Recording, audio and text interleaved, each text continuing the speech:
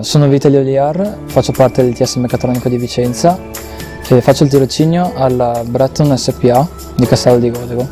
Ho scelto di fare l'Erasmus perché secondo me è un'ottima esperienza che può aiutare sia nell'ambito professionale che nell'ambito personale e può farti crescere molto come persona. Inoltre penso che sia un ottimo modo per poter viaggiare e visitare posti nuovi ovunque nel mondo, o almeno nell'Europa. L'esperienza di Erasmus l'ho svolta alla New Cut di Varsavia, che fa taglio e piega delle lamiere. È stata un'esperienza molto positiva perché sono andato in ufficio tecnico per la prima volta e ero addetto alla programmazione delle macchine per il taglio del laser.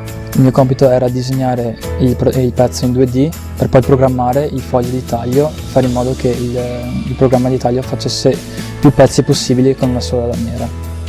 L'esperienza con i colleghi è stata molto positiva, soprattutto perché era un ambiente giovane ed erano tutti capaci di parlare in lingua inglese, il che è molto positivo perché ci dà la possibilità di comunicare tra tutti i colleghi.